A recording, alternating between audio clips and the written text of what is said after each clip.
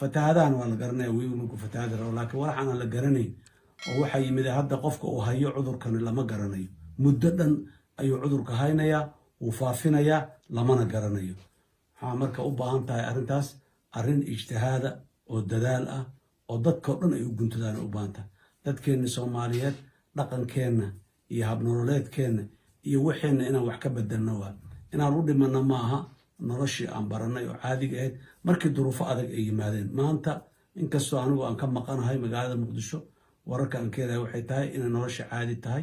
ودلالة دي سيد الله تجو ودلالة أروسيد الوقب صدو حفلة دي يعوسيد هبينا دي ميلي الغدفر جل الغدفر فرد كدرية دو إنا ميلي أي كجري جران أروسيد دو إجران ولا ليه الوحى صدن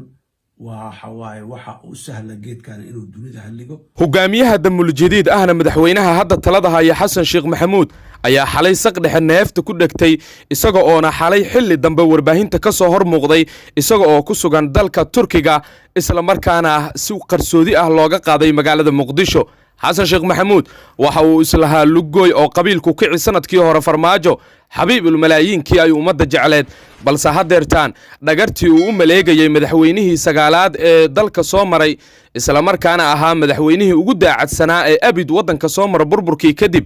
maxamed cabdullaahi farmaajo dhagartii uu u maleegayay xasan sheekh maxamuud ilaahay ayaa isaga ku ekeeyay maadaama xalay si weyn markaas neefta ay ugu dhagtay isla markaana xaaladiisa caafimaad ay halis weyn gashay saqdhexe ayuu xalay waxa uu ka dhex hadlay hoyga uu ka degan yahay wadanka Turkiga gaar ahaan magaalada Istanbul oo uu madaxweynuhu markaas si qarsoodi ah habeen hore loogu qaaday sida aan warbixinadii hore idin kula wadaagay muuqaalkan waxaan rabaa inaan kugula wadaago codad la yaab leh oo uu hawada mariyay Xasan Sheekh Maxamuud iyo madaxweyne farmaajo oo si weyn markaas uga naxay xaaladan haysata madaxweynaha tobanaad ee Soomaaliya isagoona duca markaas hawada mar kale hawada u soo mariyay Xasan Sheekh Maxamuud ayaa waxaan kugula wadaagi doonaa qaybta dambe dhagartii uu u maleegi jiray sanad ka hor madaxweynihii Soomaaliya ugu daacadsanaa xabiibul malaayiinkii ay ummaddu jecleed maxamed cabdullaahi farmaajo dad badan ayaa wali aaminsan in farmaajo oo kale uusan Soomaaliya soo marin burburkii dawladii dhexe ee Soomaaliya kadib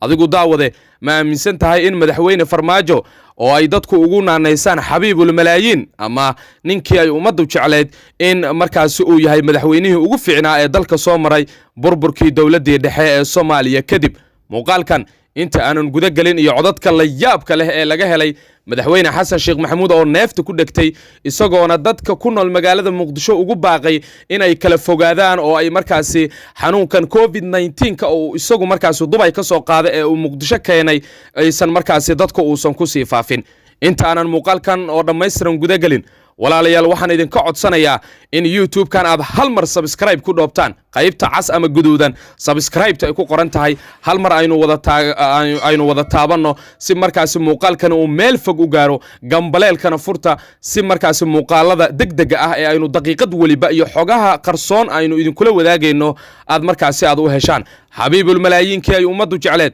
maxamed cabdullaahi farmaajo taageerayaashiisa waa kuwa ugu awoodda badan ee baraha bulshada ku jira waxaan xasuusanaa in muuqaaladii hore ay si weyn u faafiyeen kana waxaan ka codsanaynaa inay si weyn ay u faafiyaan maadaama madaxweyne farmaajo uu ahaa madaxweyne markaas lagu hirtay isla markaana ahay xabiibul malaayiinkii ay ummaddu sida weyn ay markaas u jecleed isla markaana Soomaaliya wax weyn markaas u taray dad badanna ay aaminsan yihiin in farmaajo la'aantiisa aysan Soomaaliya waxba ahayn oo dawladaha markaas dariska la ah iyo kuwa banaankaba aysan iska dhicin karin muuqaalkan sidoo kale like la dhaca ilaahay dambigeenu ha dhaafo like muuqaalkan hadii aad saartaan wax idinka dhibi maayo inaguna waxa inoo yahay dardar iyo dhiirigelin daqiiqad waliba ayaynu halkan muuqaalo cusub ku daabici doonaa iyo xoga la yaab leh oo markaas si weyn aynu ugu soo bandhigi doono dadka qurba joogta ah ee dalka Soomaaliya ka maqan ee aan markaas xogta si weyn u haynin iyo kuwa Soomaaliya joogo like la dhaca muuqaalkan si uu meel fog u gaaro qaybta hoose ee commentigana hal mar aynu u wada duceyno inuu ilaahay caafiyo Xasan Sheekh Maxamuud oo dalka Turkiga loola cararay isagoona afkiisa ka sheegaya inuu dalka ka maqan yahay isla markaana xaaladiisu caafimaad ay halis ku jirto isagii ayaaba sheegaya waa Xasan Sheekh Maxamuud in xaaladiisa caafimaad ay si weyn markaas halis ugu jirto kuma hadsanideen daawadayaal aynu ku bilownay madaxweynaha tobanaad ee Soomaaliya Xasan Sheekh Maxamuud oo dhawaan markaasi si qarsoodi ah looga qaaday magaalada Muqdisho ee caasimadda Soomaaliya isla markaana laga dajiyay wadanka Turkiga gaar ahaan magaalada Istanbul ayaa waxa uu ka hadlay markaasi xanuunkan halista ah ee markaasi isagu haleelay dad badan waxa ay sheegeen in Xasan Sheekh Maxamuud uu caafimaad qabo balse xanuunkiisa uu isagu markaasi ku qarinayo safarkii qarsoodiga ahaa ee uu ku tagay dalka Israa'iil balse dadka qaar ayaa soo jeediyay in madaxweynuhu uu markaasi xanuunsan yahay villa Soomaaliya war hoose oo aynu ka helnay isla markaana dadka agdhow villada oo aynu la xiriirnay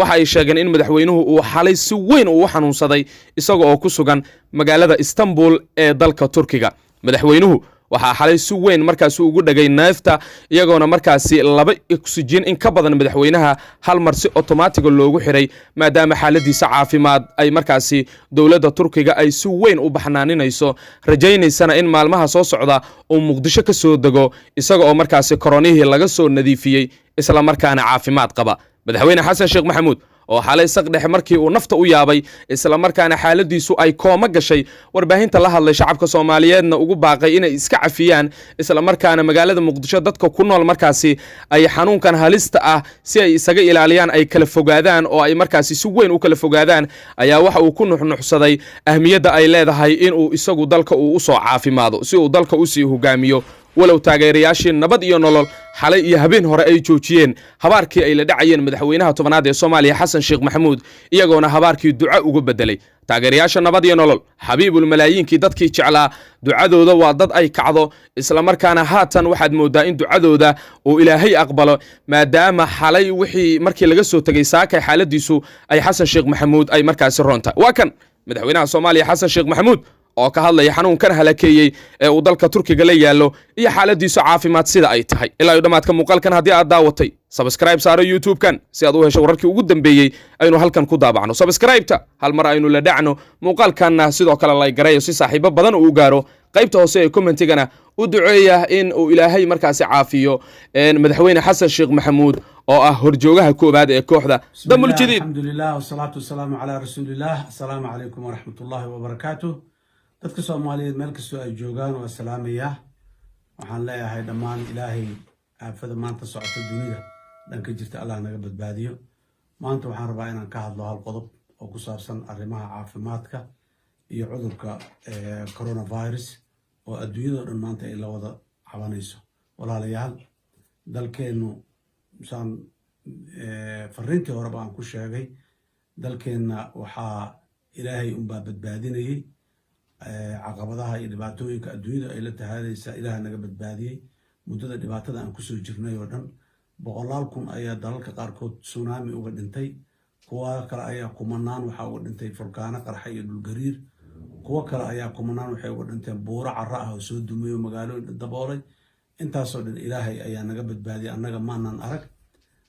waxaan aragnay fatahaadaha webiyada iyo abaaraan aragnay fatahaadaha webiyada iyo abaarada waa wax la saadaali karo loo jeedo markay soo socdaan abaartana waa la garanayaa xilliga ay soo socoto bilaabatay iyo sida u sii maalin walba fatahaadahan waa la garanayaa webigu markuu fatahaada rabo laakiin waxaan la garanayn oo waxa yimid hadda qofka uu hayo cudurkan lama garanayo muddo dhan ayuu cudurka haynayaa uu faafinayaa lamana garanayo waxaa marka u baahan tahay arrintaas arrin ijtihaada oo dadaal ah oo dadka dhan ay u guntadaan u baahan tahay dadkeena Soomaaliyeed dhaqankeena iyo habnololeedkeena iyo waxeena inaan wax ka bedelno waa inaan u dhimanno maaha noloshii aan baranay oo caadiga ahayd markii duruufo adag ay yimaadeen maanta inkastoo anigu aan ka maqanahay magaalada Muqdisho wararka aan keenayo waxay tahay in nolosha caadi tahay hoteelada sidii loo tago hoteelada aroosyada lagu qabsado xafladihii iyo caweysidii habeenadii meelay lagu dhafri jiro lagu dhafro fadhi ku diriyadu inay meelay ay ka jiri jireen sidooda u jiraan walaalayaal waxaasoo dhan waxa u sahla geedkan inuu dunida halligo oo dadka kumanaanka ay uga dhamaadeen waxay uga dhamaadeen talaabo ay u qaadi waayeen dhaqsi in ay u qaadi waayeen waxa afka qaraad loogu bixiyo social distancing ama bulshadu inay kala fogaato arrin aad iyo aad muhiim u ah dadka Soomaaliyeed mar kale walaalayaal waxaan leeyahay muddo kooban waaye isu taga hala joojiyo xafladaha hala joojiyo caweyska habeenadii la daahayo la caweynayo hala joojiyo fadhi ku dirirka asagoo awalba aan dib badan lahay hala joojiyo dadku muxuu ahaa wixii hore laga hadlay oo nadaafadda iyo gacmo dhaqashada iyo is-ilaalinta iyo gacanta meeshaad ku taabanaysa iyo indhahaaga iyo sankaaga iyo afkaaga inaad gacmahaaga ku taabso waxaasoo dhan horaa dad badan oo caalamka jooga iyo dad badan oo soomaaliya mas-uuliyiin uga soo hadleen maanta waxay taagan tahay meeshaas waxaan dadka soomaaliyeed mar kale aan ka codsanayaa ugu baaqayaa in taxadir la sameeyo wax kale oo looga hortegi kara ma laha inaanan dadku aynan isu imaanin oo aan la isqaadsiinin oo aan la isku qufacin oo aan muxuu ahay salaanta gacanta la isgelinaya aan muxuu ahay lagu waxay waaye muddo waaye ilaahay wuu naga gudbinayaa wuu naga waxaynaya walaalayaal waa aragteen cudurkan culayska uu keenay xaramka ilaahay oo weligii aan laga maqnaanin inuu cidlo yahay waa aragteen waxaana loo yeelay muslimiin inaanay halaagsamin dad inaanu dhimanin inaanu baabin annagana sidoo kale inaan taxadirnaana laga rabaa salaadu say kugu qabataa loo tukada ha la yiri waqti adagaa la joogaa masaajidda inaan maxaanku idhahdaa xadidno lafteeda nolosha muslimka qofka muslimka badbaadadiisa wax walbaa loo hurayaa walaalayaal cibaadaduna meel walbay ku ansaxay weliba waqtiyada shiddada ah ilaahay fursado badan ayuu diinta naseexada nagu siiyey oo wanaagsan oo aan wax ku qaban karno dadka soomaaliyeed mar kale walaalayaal waxaan leeyahay cudurka ma sahlana yaan la sahlanin cudurku ma sahlana yaan la sahlanin ilaahay ha naga badbaadiyo qur-aanka akhriskiisa ha la badiyo alla bariga ha la badiyo caabudaadda ilaahay ha la badiyo waxyaabaha muxuu ahay dhibka badan oo aan ku habboonayn cibaadada oo dhan ha laga joogo xanta iyo dilka iyo isnacaybka iyo iskaraahaysiga iyo colaadaha socdo oo aan ayagana mar kale si gooni uga hadli doono ha la joojiyo dadka soomaaliyeed gaar ahaan magaalooyinka dadka jooga dadka baadiyaha sidoodaa bay u kala fogfog yihiin dadka magaalooyinka joogaan si gaara ula hadlaya magaalada muqdisho ay ugu horeyso iyo magaalooyin kale waaweyn oo soomaalida oo dhan dhammaan dadka joogo bahalkani reer magaalnimada iyo magaalo joognimada waxyaabaha faafiyo oo fududay uu ka mid yahay walaalayaal mafrashada qaadkaa la joojiyo ma ayan ficnayn awal be haddana haddiiba nafta ay khatar gelinayaan ha la joojiyo waxaan soo tilmaanay isu tagga ah oo dhan ha la joojiyo meeshii aan laga maarmi karin ha la yareeyo ilaahay idankiis muddo kooban waaye